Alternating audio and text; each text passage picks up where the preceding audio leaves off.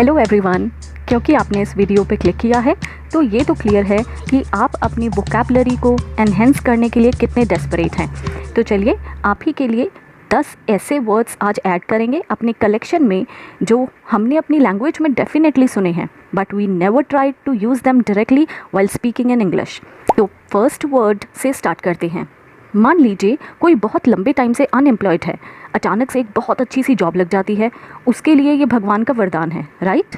हम ऐसे ही बोलते हैं, जिसे हम इंग्लिश में बून भी कहते हैं, कर्ज का अपोजिट।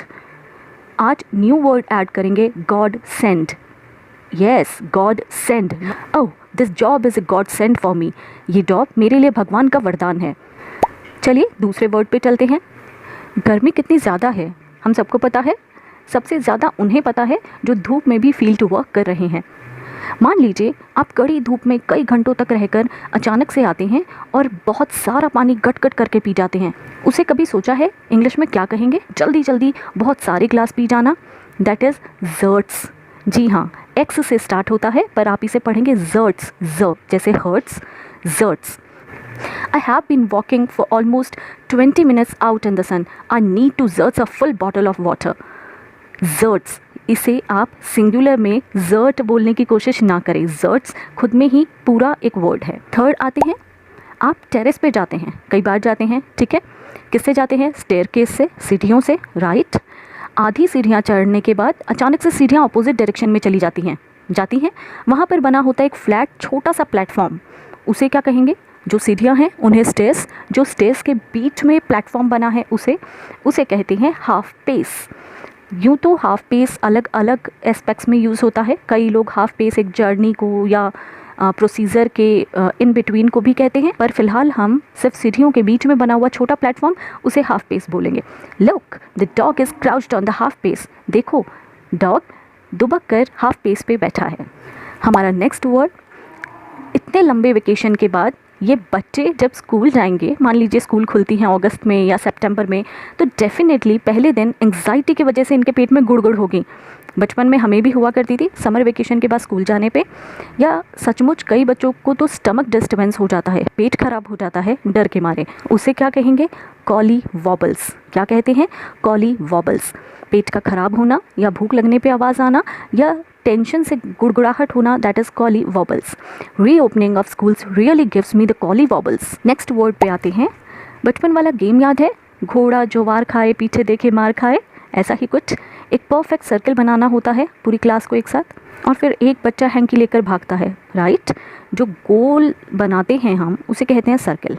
वही होता है जब हमें कॉपी या बुक्स पर सर्कल बनाना होता है तो हमने कभी सोचा ही नहीं इसे इंग्लिश में क्या बोलेंगे। हम इजी वे में बोलते हैं मेक अ सर्कल या draw a circle. Make a circle जो कि ब्लंडर है, ड्रॉ अ सर्कल ठीक है, हम काम चला सकते हैं, पर अब नेक्स्ट टाइम यूज़ कीजिएगा word encircle. Encircle the word, encircle, that is circle बनाना। नेक्स्ट वर्ड पे आते हैं, हाफ। सबको पता है HALF, किसी भी चीज़ के दो पार्ट, पर सेम जैसे सर्कल बनाओ, एन सर्कल। हमें अगर ये कहना हो इस चीज़ को दो पार्ट में डिवाइड कर दो, हमने इसका भी इजी वे ढूंढ रखा है, डिवाइडेड इनटू टू पार्ट्स, यही होता है। आप इंग्लिश में इसे दूसरे तरीके से कैसे बोल सकते हैं? नेक्स्ट टाइम यूज़ कीजिए हाव। क्या बोलेंगे? HALVE, हाफ करना, halve. Okay, instead of all these try saying this, please halve the apple, I don't want to eat the whole. Next word पे आते हैं। कई बार कई चीज़ें होती हैं जो सिर्फ वेस्टेज क्रिएट करती हैं, जिसमें कोई फ़ायदा नहीं होता, जैसे वॉर्स। सिर्फ नुकसान होता है, या तो नुकसान टाइम का या पैसों का या लोगों का। वॉर से कभी किसी का भला हुआ है? तो ऐसी चीज़ को या ऐसी एक्टिविटी को बोलते हैं वेस्टफुल। क्या बोलेंगे?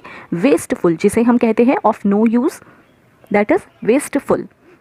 जैसे हम कह सकते हैं we have shown a lot of patience against that country, and all of you know which country.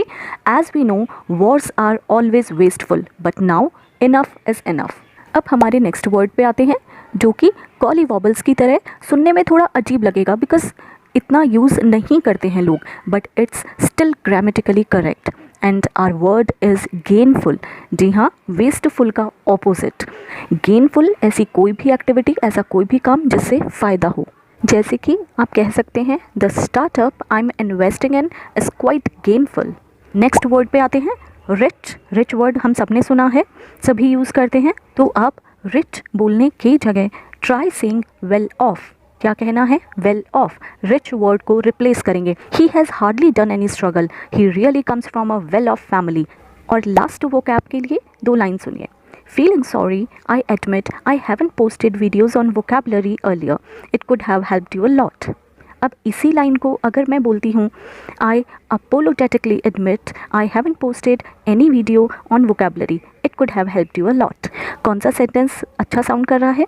Obviously, apologetically. Isn't it? तो नेक्स्ट टाइम जब भी आप सॉरी फील करते हुए कुछ भी बोलें, जब भी आपको गिल्टी फील हो रहा है या ये पता लग गया है कि मेरी गलती है, वहाँ पर आप यूज़ करेंगे अपोलोजेटिकली। वोकैबुलरी पसंद आई हो तो लाइक, शेयर और सब्सक्राइब करना ना भूलें। नेक्स्ट वीडियो में मिलते हैं और वोकैब्स के साथ। तब तक अपना ध्यान रखें। Bye bye.